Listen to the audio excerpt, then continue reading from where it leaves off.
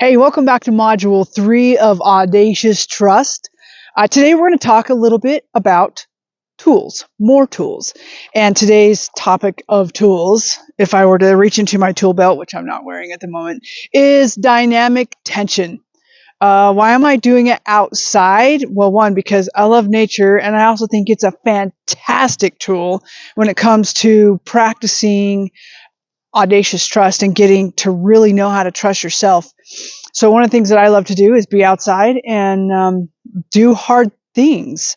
We talked about that in an early module about doing physical things, allowing the physical body to be a part of the lesson and the learning, because it's the slowest way we learn things. So that when we're out and about and we're purposefully doing challenging activities or exercises, that we gain this trust in ourselves and this knowingness and this confidence that we can then overlay that to maybe the emotional things or the spiritual things that are going on in our world that feel very challenging, that we're not sure we can handle, but we're like, wait a minute, I did this hard thing over here. I'm going to take it and what I've learned from it and use it right here. So today we're going to talk about dynamic tension. It's a concept that I learned through TED, the empowerment dynamic, and I love how they talk about it. So I use it in what I do. A lot of people will call this resistance. It also can be called the gap. And we're doing it right here today because we have a really beautiful example of some dynamic tension that could be coming up.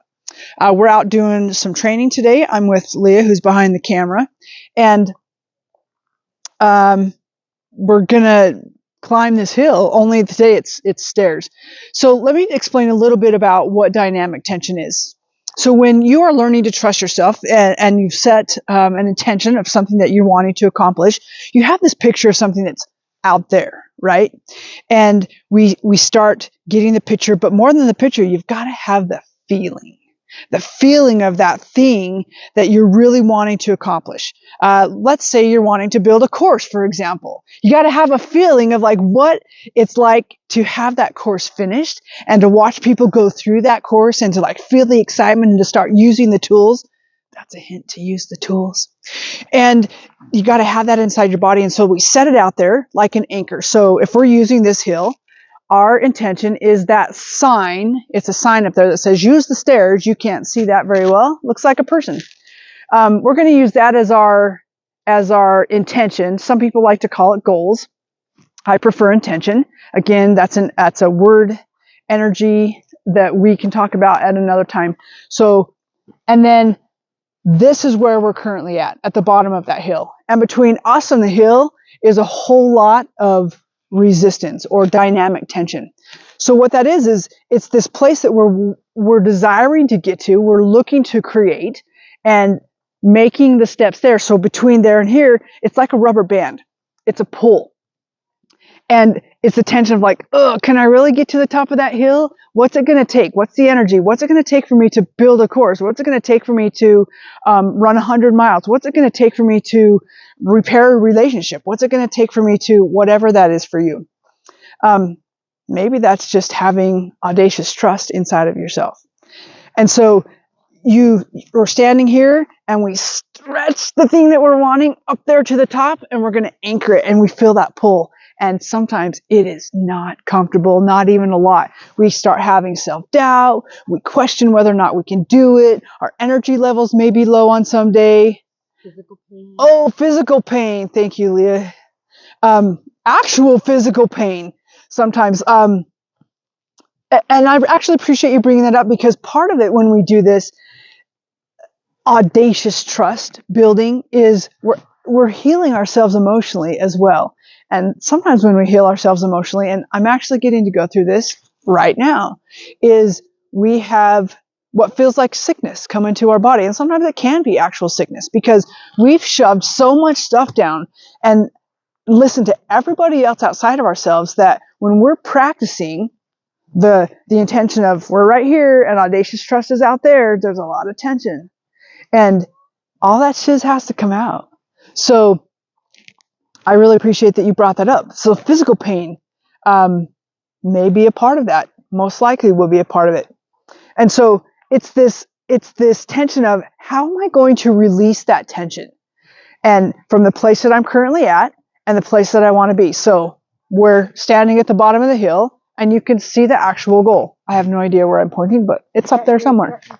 Am I going to make the decision to, from the top, release the tension by coming down a few stairs because I'm not sure if I trust that I can do it, or I don't believe that I can do it and I don't feel it, or I'm feeling the sickness or the questioning or other people's doubts?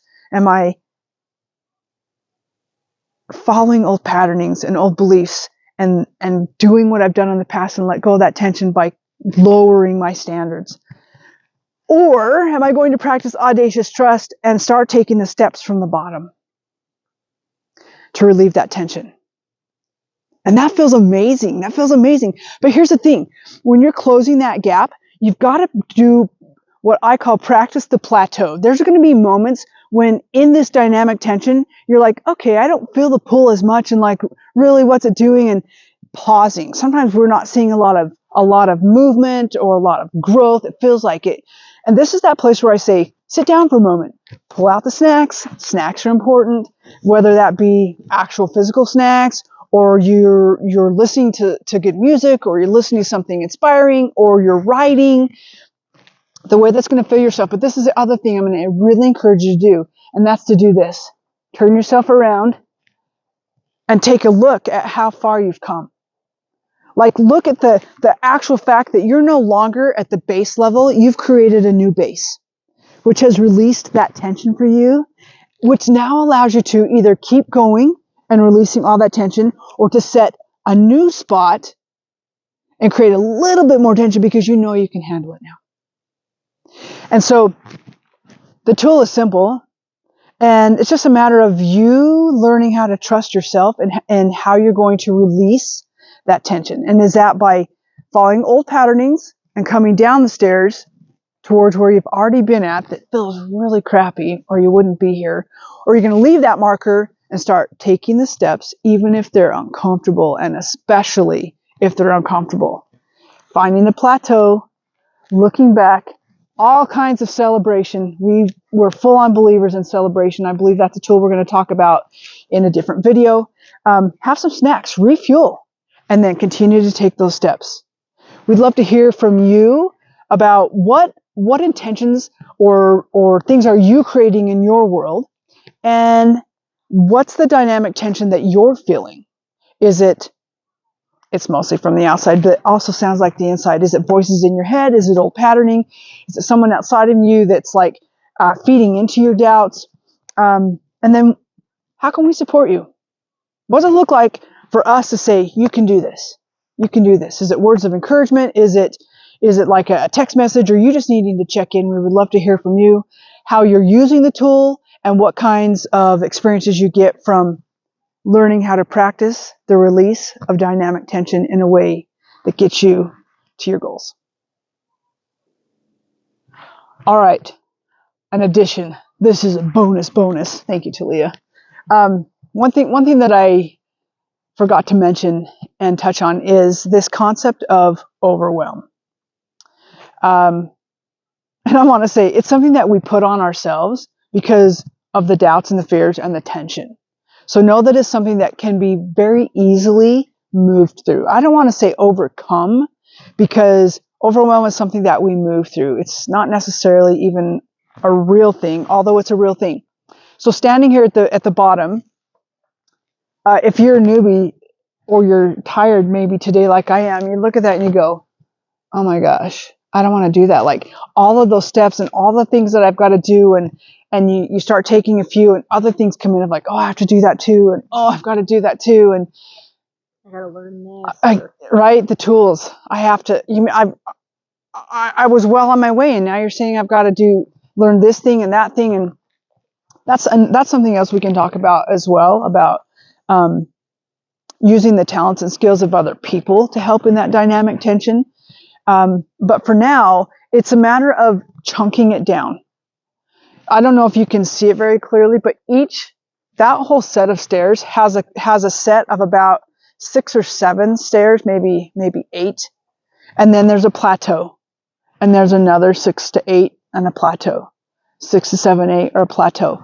Or if we were going to take the side hill, I do this often, especially when I'm physically climbing challenging hills and I feel the tiredness, is I say 10 steps and a quick rest, or 20 steps and a quick rest. And as you start gaining strength, maybe it's 30 steps and a quick rest. And it's that look back, see how far you've come, celebrate the distance that you've come, because it's that much closer to the top and getting into the things.